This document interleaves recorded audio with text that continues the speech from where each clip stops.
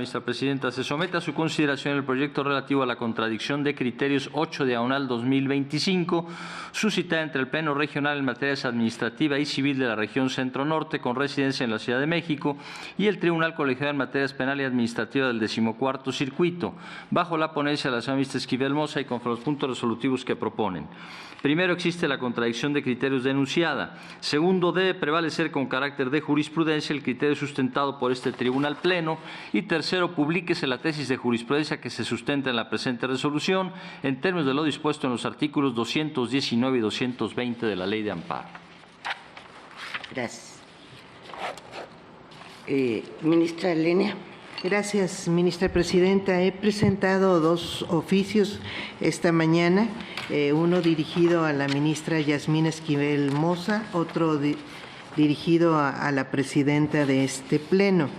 Doy lectura al oficio dirigido a la ministra Yasmín Esquivel Moza. Por este conducto le solicito atentamente, con fundamento en el artículo 19 del Reglamento Interior de esta Suprema Corte de Justicia de la Nación, retire el asunto que enlistó para la sesión del Pleno de esta Suprema Corte del día de hoy, identificado como contradicción de criterios número 8/2025. De acuerdo con dicho artículo 19, los proyectos de resolución de asuntos sometidos a consideración del Pleno podrán ser retirados cuando se acuerde una modificación y el ministro ponente acepte reelaborar el estudio correspondiente. Asimismo, establece que bastará con que un ministro lo solicite para que se aplacen uno o más asuntos, salvo que, por la excepcionalidad del caso, la mayoría del Pleno decida no hacerlo. El proyecto pretende resolver sobre la constitucionalidad de las reglas generales en materia de comercio exterior para 2012, 2013, 2014 y 2015, con relación a la enajenación de mercancías que, tras haber ingresado al país bajo un régimen de importación temporal, son vendidas en territorio nacional mediante una ficción jurídica conocida como retorno virtual. Determinar como inconstitucional el pago y la retención del IVA con motivo de la enajenación de mercancías en territorio nacional consideradas retornadas virtualmente al extranjero podría implicar la legitimación de evasión fiscal y producir un daño significativo a la hacienda pública. Por tanto, para tomar una decisión adecuada sobre este asunto, es fundamental que el proyecto incluya un análisis del impacto económico y las repercusiones que tendría la resolución a nivel nacional e internacional, incluyendo las posibles implicaciones con los tratados de libre comercio suscritos por el Estado mexicano. El perjuicio que puede causarse es tal, por ejemplo, en el caso identificado como CEFA 1758/2024, promovido por una empresa, no mencionaré en este momento su nombre, pendiente de resolver en la segunda sala. El fisco podría enfrentar una pérdida de 13.500 millones de pesos, incluyendo actualización, multa y recargo.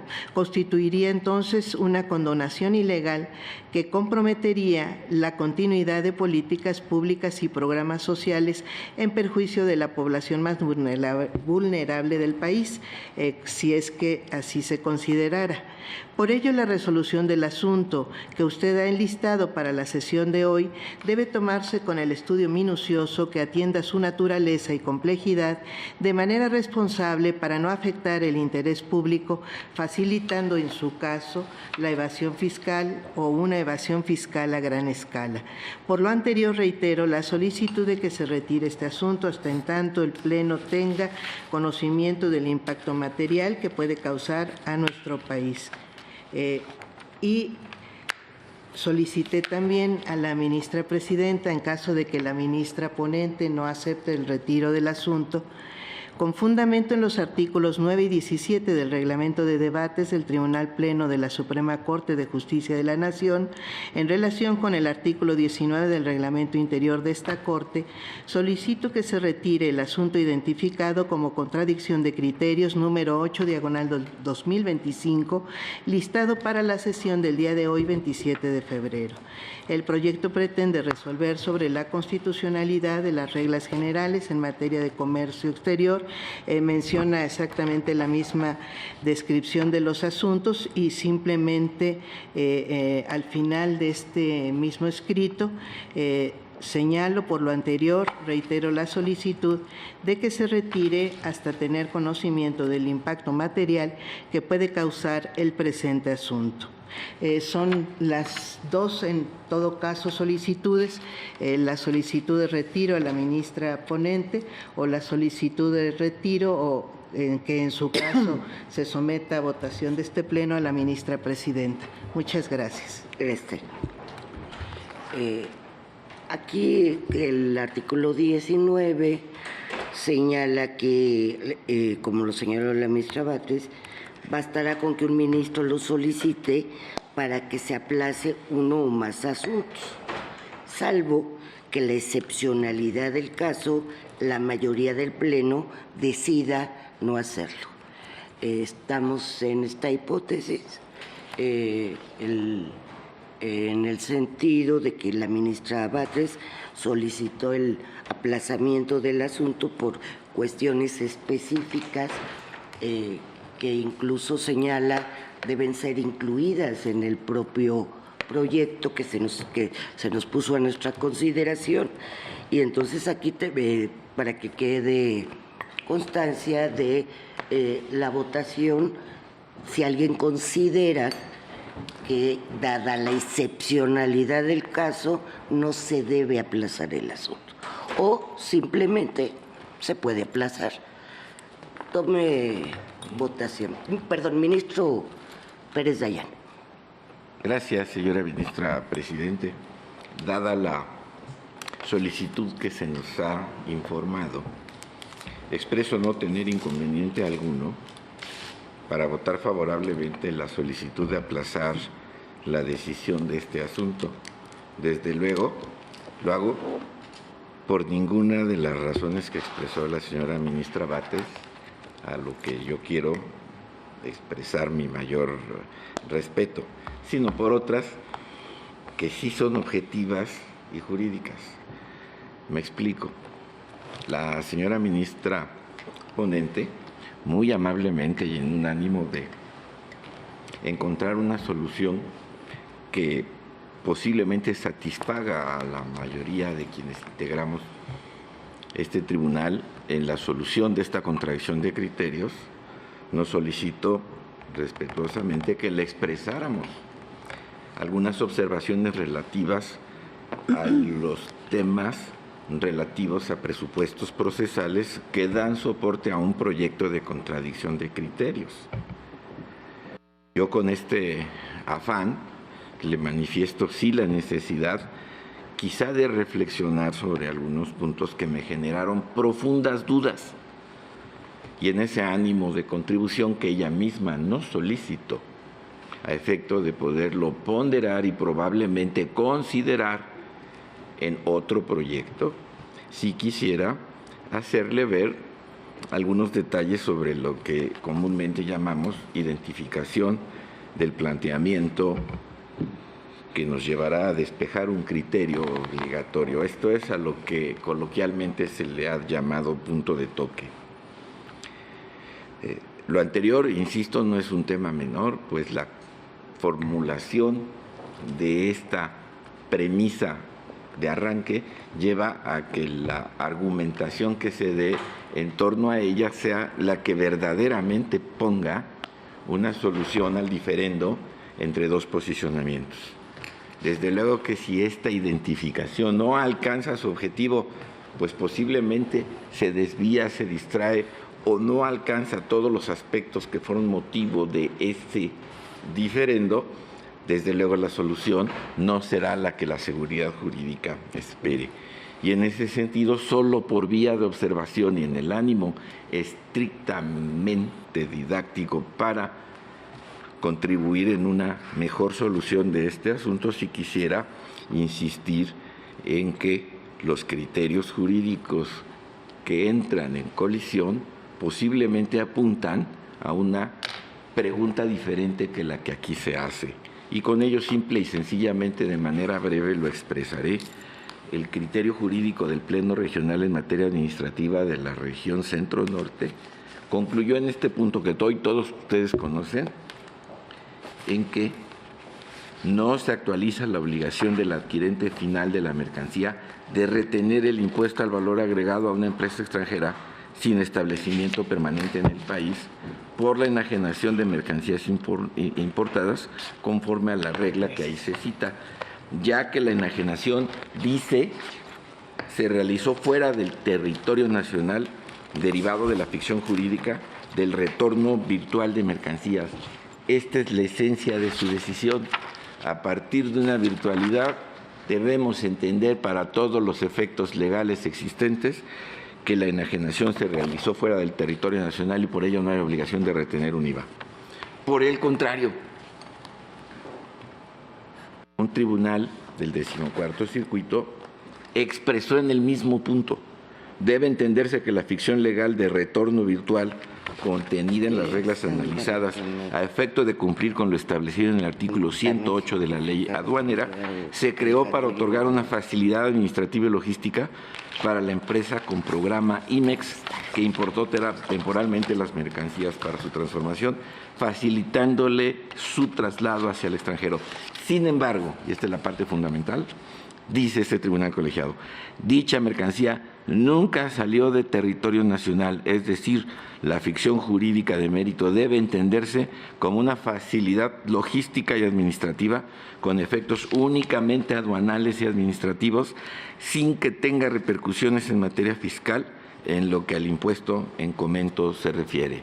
Como podrán ustedes ver, para el Pleno Regional, la ficción lleva a entender que la operación se dio fuera del territorio y para el Tribunal Colegiado del 14º Circuito lleva a entender que la ficción no hace entender que la operación se dio fuera del territorio, sino en territorio nacional y por ello aplicable la retención del IVA. Todo esto nos haría suponer que el tribunal deberá definir si la ficción lleva a entender si está vendido fuera, si está vendido dentro. Y la pregunta que tenemos que despejar de acuerdo con el proyecto nos dice: ¿es constitucional la regla de carácter general en materia de comercio exterior vigente en 2012 a 2018 que en el contexto del retorno virtual de mercancías al extranjero obliga a las empresas residentes en el país que reciben mercancías importadas temporalmente a retener el impuesto al valor agregado a las empresas extranjeras sin establecimiento permanente? Este es un tema muy importante, pero no está para ser despejado en esta contradicción de tesis, porque ninguno de los dos contendientes en este específico punto abordó una cuestión relativa a constitucionalidad de una regla y, por consecuencia, dado su constitucionalidad o no, retener o no retener. El estudio de constitucionalidad no se vislumbra en estos dos criterios. Lo único es un tema interpretativo de legalidad que este tribunal debe definir sobre la ficción legal. Para mí, y disculpen ustedes que haya tomado esta intervención en este momento, es fundamental precisar esto porque la respuesta que demos tiene que dar satisfacción a las interrogantes que se plantearon cada uno de los colegiados y con las que decidieron. Yo por ello quiero muy atentamente, sí, estar de acuerdo con la necesidad de aplazar, pero tomando la invitación de la señora ministra ponente, que en ese sentido me parece muy sensata, por lo menos expresarle que por ahora tengo profundas dudas de ello y que quizá pudiera influir en la eventual resolución de este caso, en tanto que si no está perfectamente definida, no alcance la votación de satisfacción para dar un veredicto. Gracias, señora ministra presidenta. Ministro Lainez. Gracias, ministra presidenta. Bueno, Yo, en primer lugar, a mí sí me gustaría, sería para mí muy importante que quede muy, muy claro que estoy totalmente en contra de una solicitud en los términos que ha planteado la ministra Batres. No me refiero a que se pueda aplazar o retirar un asunto, sino las razones. El que se requiera un análisis financiero o presupuestario, señala ella, para tomar una decisión adecuada. ¿Sí? Con todo respeto, ¿qué significa eso? Entonces, si hay un gran impacto, la norma es constitucional, o si el impacto es menor o en otro grado, pues pudiéramos declararla inconstitucional. Con todo respeto, yo nunca compartiría como juez constitucional una tal decisión y un razonamiento de este tipo. En segundo lugar, estoy de acuerdo y estoy consciente que toda decisión, sobre todo de un tribunal constitucional, conlleva una serie de impactos o de retos políticos, muchas veces, sociales, muchísimos, como la interrupción del aborto, por ejemplo, muy polémicos, inclusive nada populares, a veces incluso entre las mayorías, y también impactos financieros, y eso no significa que no se tomen en cuenta, pero queda la valoración de cada juez constitucional en cuanto de esta medida entran en su voto o en su decisión fundamental en el estudio que realiza. Para mí, lo primero es la Constitución y la ley. ¿Quién tiene el mejor derecho? ¿Sí? Y a quién corresponde dar la razón. Insisto, no somos como caballitos de carrera que no veamos lo que puede suceder. Eso, cualquier juez que quiera negarlo es falso. ¿Sí? Hay mucha literatura sobre cómo decidimos los jueces. Pero yo no estoy dispuesto a que se me haga un estudio para poder decidir acertadamente cómo defino el derecho en este caso. Un estudio sobre la repercusión que efectivamente tendría para el SAT, como lo tiene también para cientos o miles de contribuyentes en el país. Y por último señalar también que además yo ya lo sé, en las audiencias que he tenido, pues ya me lo dijo el SAT, como me lo dijeron también contribuyentes, lo que significaba para sus empresas. Pero también el SAT me dijo, o sea, estoy muy consciente de que nos enfrentamos a un tema que puede tener estos, digamos, impactos, ¿no? O políticos, desde luego, o financieros. Por eso yo no estoy de acuerdo con esa razón, y menos que ya se adelante en crítica de quienes pudieran votar contra el proyecto, de que esto coadyuva a cometer una ilegal condonación. No, hay el aviso para quien vote por la inconstitucionalidad en su caso, ¿no? Sin embargo, dicho lo anterior, yo puedo entender que hay algunos puntos que nos lleven a decir, bueno, efectivamente merece el dejar pendiente el asunto. Yo sí no estaría por un periodo largo, porque tenemos amparos que se están resolviendo por un asunto como, por una razón como la que dio el ministro Alberto Pérez Dayán. Oigan, yo creo que el punto de toque no va por ahí. El punto de toque ¿es constitucional la norma? ¿No? La regla, del SAT, o es inconstitucional. ¿No? Él nos propone otro punto de toque que pudiese variar el proyecto. En ese sentido, para concluir, yo no me opongo, si el Pleno está de acuerdo en que pudiera haber un aplazamiento en el sentido, insisto, yo también ya como creo la mayoría, estoy listo para votarlo, si queda una semana más pendiente el asunto, pues seguiré tratando de revisar y revisar. No hay que soslayar que es un asunto técnicamente muy complicado. Eso sí es cierto.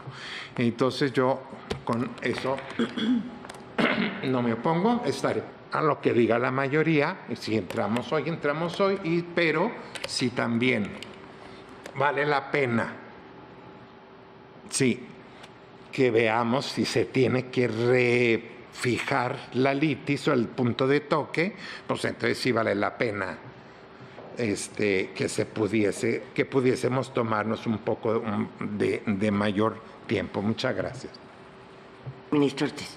Gracias, ministra presidenta. En mi caso, yo no estaría de acuerdo en que se aplazara. Las razones fundamentales son que esta contradicción se enmarca dentro de los acuerdos comerciales celebrados por México, tanto el Tratado de Libre Comercio de América del Norte, el TECMEC, así como el Asia-Pacífico y los 32 acuerdos de inversión. Estos instrumentos internacionales a los que está sujeto y obligado México nos obligan como país, como Estado mexicano, a garantizar un esquema determinado para precisamente en estas situaciones de importaciones o exportaciones temporales de mercancías entre los 3 países comerciales, en este caso Canadá, Estados Unidos y México, a llevar un sistema de recaudación fiscal o de importaciones temporales. El incumplimiento de una obligación de esta naturaleza genera responsabilidad internacional y al mismo tiempo se pueden suspender o dejar de aplicar los instrumentos internacionales. Situación en la que México, yo no quisiera ver a México, y más cuando tenemos que dar certeza a los mercados financieros, 1, a las importaciones al país, 2, a las inversiones, tanto nacionales como extranjeras. Lo que hay que dar es certeza jurídica que cada día que nos atrasamos en resolver este proyecto está en vilo, porque no podemos, nosotros tenemos la capacidad suficiente, por eso fuimos nombrados ministros de la Suprema Corte para resolver este asunto. Y en el caso particular, yo sí tengo la capacidad y la competencia para resolverlo ahorita. Ministra Lenia Batres. Sí, muchas gracias, ministra. Yo quisiera nada más comentar que me sorprende un poco esta posición del ministro Lainez, porque él dice que en función de medidas presupuestales no tenemos que poner en duda disposiciones o la constitucionalidad de una disposición, y apenas ayer votó justamente en contra, fíjense nada más, de un amparo que ya se había concedido a un estudiante de un posgrado en la UNAM, justamente que interpuso una demanda por su derecho a la educación pública gratuita a nivel superior, y pagó 5,000 pesos. Entonces resulta que le negamos el amparo, le negamos la devolución de 5,000 pesos que pagó, justamente por una razón exclusivamente presupuestal que tuvo el ministro, que por cierto fue el ministro ponente original de este tema, en el que asumía una pérdida de la UNAM, que por cierto la UNAM negó, y que por cierto nos negamos a consultarle oficialmente, pero que suponía una gran merma presupuestaria a la UNAM por el pago o la no recepción de 5,000 pesos por el ejercicio del derecho a la educación gratuita, que por cierto pues ya deberíamos estar comprobando que efectivamente se está o se empieza a ejercer de manera progresiva en nuestro país. Parece que más bien hay derechos que no nos interesan o que afectan al presupuesto altísimamente, tratándose de un estudiante con un derecho a la educación superior, a diferencia de un gran contribuyente que le correspondería pagar. En realidad ya los pagó. El gran problema que tenemos con este tema es que el efecto que va a tener es un efecto retrotraído, porque se trata ya de la merma que se va a ocasionar al erario por la devolución que se tendría que hacer si nosotros tomáramos la resolución de que, conforme al proyecto, por lo menos inicialmente, de que esta normativa es inconstitucional. Tendría un efecto altísimo. Yo creo que la UNAM merece respeto, por supuesto, de su presupuesto, de la posible merma de 5,000 pesos, pero el erario que paga muchísimos servicios, que paga el erario de la Federación, que transfiere a los municipios, a los estados, y que tiene obligaciones, muchas obligaciones constitucionales y de ley, pues también merecería un análisis nuestro, un análisis responsable. Yo sí creo que la Suprema Corte y el Poder Judicial de la Federación no son entes privados, consultorías separadas de las obligaciones públicas. Son un poder, o somos un poder de la Federación, que lo menos que podemos hacer es ser conscientes del impacto de nuestros actos para los particulares, por supuesto, y también para cualquier implicación que se tenga en el presupuesto, que también va a impactar a los particulares, por supuesto, porque finalmente pues el dinero no es para el gobierno o para Hacienda o para el SAT, el dinero es para cubrir obligaciones constitucionales y legales que tiene la Federación. Yo comentaría simplemente que bajo la propuesta que se está haciendo, también podríamos tener como argumento jurídico lo dispuesto en el artículo 9 del reglamento de debates, que nos dice que los ministros deberán contar con todos los elementos para la discusión de los asuntos en las sesiones, así como con la documentación e información correspondiente y, en su caso, con los dictámenes que se formulen con la anticipación necesaria para estudiar los proyectos de acuerdo con la naturaleza y volumen de los mismos. Y se deberán contar con todos los elementos necesarios para su discusión. Señala nuestro artículo 39 de la Constitución que todo poder público se instituye para beneficio del pueblo. Por eso cualquier afectación que se tenga al pueblo, en este caso con el impacto del presupuesto, que va a tener menos dinero para cubrir obligaciones sociales, pues nosotros tendríamos una responsabilidad. Si no son temas incidentales que le competen a quién sabe quién, son temas que afectan al Estado mexicano y al pueblo mexicano, y que es muy importante que nosotros seamos conscientes. Más aún si implica cumplimiento de obligaciones internacionales.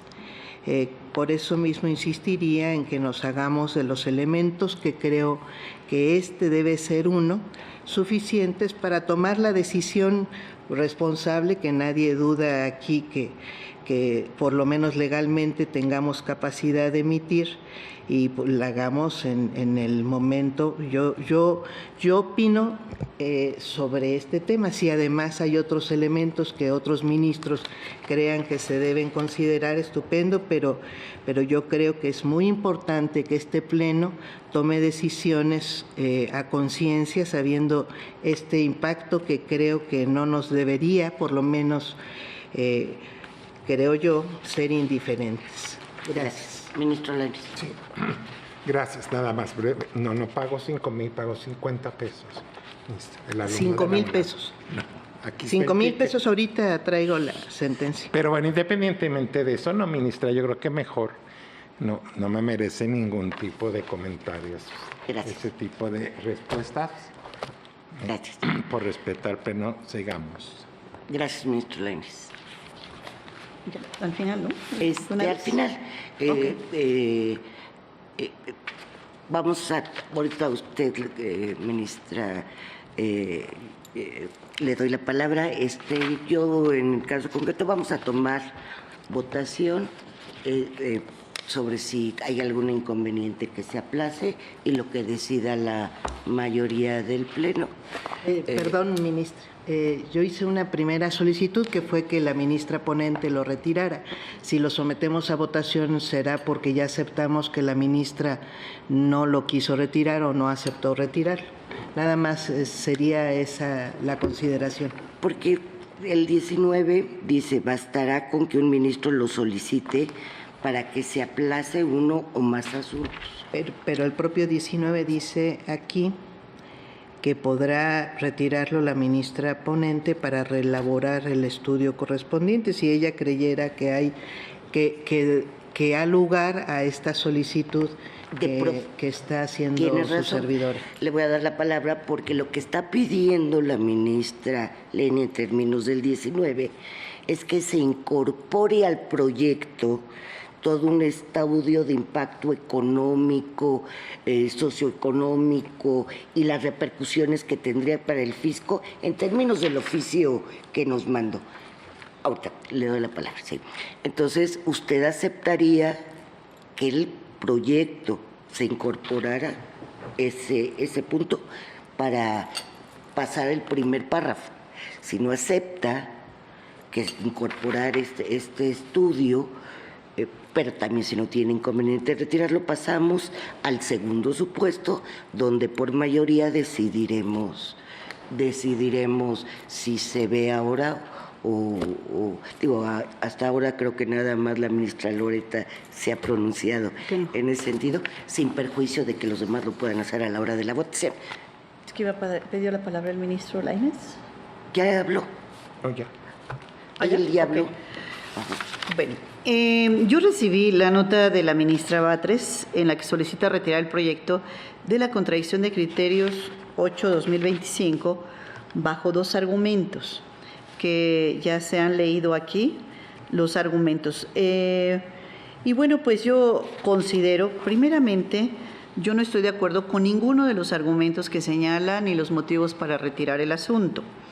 Yo retiraría el asunto por los siguientes motivos. Primero, porque he escuchado de mis compañeras y compañeros que no tienen inconveniente en que se pueda aplazar el asunto para efecto de que se pueda continuar analizando algunos puntos que pudiera haber todavía dudas, según señaló el ministro Javier Lainez, o pueda yo tener la oportunidad de estudiar el planteamiento que hace el ministro Pérez Dayán, así como algunos otros comentarios que me han hecho llegar el ministro Alfredo Gutiérrez también por escrito.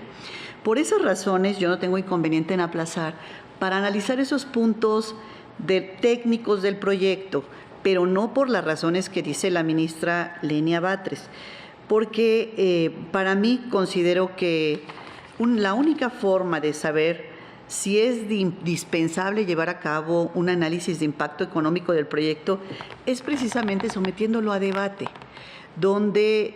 que es mi obligación atender las opiniones de las ministras y ministros y no solo la de una sola posición. Yo podría aceptar inclusive retirar el proyecto, incorporar cifras y datos, como lo pide la ministra Batres, siempre y cuando la mayoría de ustedes así lo disponga previa discusión del caso. Pero hoy lo retiraría por estas razones que he mencionado del ministro Lainez, el ministro Pérez Dayán, el ministro Juan Luis González Alcántara, que nos ha comentado inclusive lo del tema de las audiencias. También debo señalar que si la mayoría de las ministras y ministros apoya el proyecto que yo presentaré, porque voy a analizar estos puntos, y piensan que el pago de un solo IVA implica una evasión fiscal de gran escala o una condonación ilegal a favor de las empresas, tampoco tendría inconveniente en agregar tales calificativos. Sin embargo, les adelanto que yo votaré en contra de estos adjetivos porque no es mi estilo dañar la reputación de nadie, mucho menos de las partes. Segundo, porque estaríamos adelantando una posible responsabilidad penal sin juicio previo para alguna de los justiciables. Y finalmente, en la construcción de la jurisprudencia que se origina de las sentencias opositoras que vamos a analizar, tenemos una sólida metodología en la que se fija con precisión cuál es nuestro punto de contradicción. También hemos procurado centrarnos en él en el estudio, con toda pulcritud para facilitar el análisis y discusión. En este caso, considero que estamos en presencia de un conflicto exclusivamente en materia fiscal, que naturalmente tiene consecuencias económicas sin duda alguna. Como lo ha dicho correctamente el ministro Lainez, consecuencias económicas para las partes, no nada más para el Estado, también para los particulares. Sin embargo, conforme nuestra competencia constitucional y en el fiel apego al punto de contradicción, tenemos que analizarla primordialmente desde la óptica jurídica, ya que el manejo y la conveniencia de cómo habrá de distribuirse la carga impositiva para financiar los gastos públicos mediante los ingresos tributarios es una labor que compete exclusivamente al Poder Legislativo y al Ejecutivo, por lo que les anticipo que tampoco estaría de acuerdo en añadir al proyecto la valoración de posibles escenarios catastróficos a nivel nacional o internacional, como lo solicita la ministra Batres. Salvo que la mayoría de las ministras y ministros lo considere conveniente, lo agregaría oponiéndome a tal razonamiento.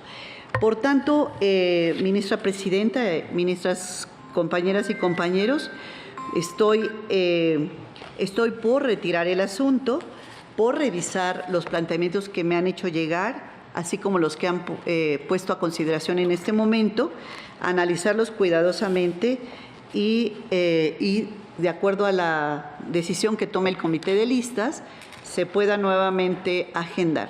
Muchas gracias. Gracias. Creo que es el supuesto que pretende, ella misma la ministra ponente va a analizar y ella decidirá en función de las observaciones, entonces quedaría retirado el asunto. Yo únicamente con un afán de colaborar y dado la apertura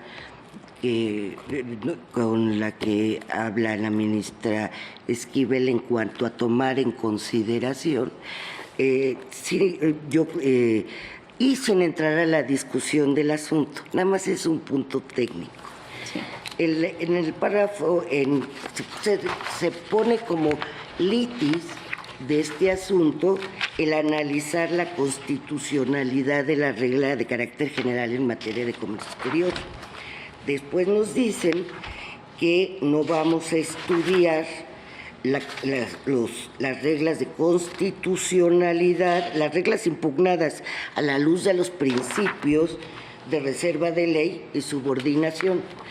Después no hay ningún estudio de constitucionalidad en este proyecto y por último decimos que la regla es constitucional. Lo pongo a su criterio, únicamente es con un afán de, sin discusión, o sea, es con un afán de que, como usted ya aceptó retirar el asunto y tomar en cuenta lo que dijo el ministro Pérez Dayán, yo también tendría ese punto. Ministra Presidenta, yo le agradezco. Perdón, le había pedido la palabra por las alusiones realizadas por la ministra Yasmín. Yo quisiera agradecerle que lo haya retirado. Me parece que es correcto. Me parece, y yo insistiría, que independientemente de que ella considere que no es el elemento fundamental o motivo por el cual lo retira, de todas formas yo insistiría en que se incorpore en el proyecto respectivo y si no en el engrose correspondiente estaré solicitándolo a este pleno que se incorpore la cantidad de lo que puede impactar al presupuesto de la Federación, una resolución que considere como inconstitucional estos conceptos de pago. Comentaría, porque se se aludió finalmente a lo que argumenté en el propio escrito. Yo considero que soy responsable también de las valoraciones que haga en su caso. En este momento, al día de hoy, este pago es considerado constitucional. Cualquier pago que no se hiciera sería inconstitucional si no lo resuelve así este Pleno, obviamente. Por esa razón se estaría, en caso de que se deje de pagar sin esta resolución, pues estaría obviamente evadiendo un pago que en este instante es constitucional. En segundo lugar, simplemente para dejar anotado, porque no se ha comentado, pero el impacto que se nos comentó en las solicitudes de citas que tuvo el SAT o los funcionarios de SAT con cada uno de los ministros es altísimo. Calculan que por lo menos 46,000 millones de pesos podrían estar implicados, pero hacen cálculos hasta de más de 250,000 millones de pesos por efecto de la devolución de una resolución de este tipo. Entonces, creo que sí es un asunto muy importante. Comentaba en la sesión privada el ministro Pérez Dayán que quizá desde 2012 no hayamos tenido una resolución fiscal con una implicación tan alta. Entonces, es por lo menos un tema sin precedentes para la suscrita y creo e insistiría en que se incorpore como un tema de estudio, sino para la ministra, en su caso, cuando se tenga el engrose correspondiente, porque no es una isla esta Suprema Corte, este Poder Judicial, sino parte de los poderes obligados a garantizar el bienestar del pueblo mexicano. Gracias. Gracias. Ministra Esquivel. Gracias. Yo quiero agradecerle, ministra presidenta, esta observación desde el punto de vista de carácter técnico, mismo que valoraré con todo cuidado.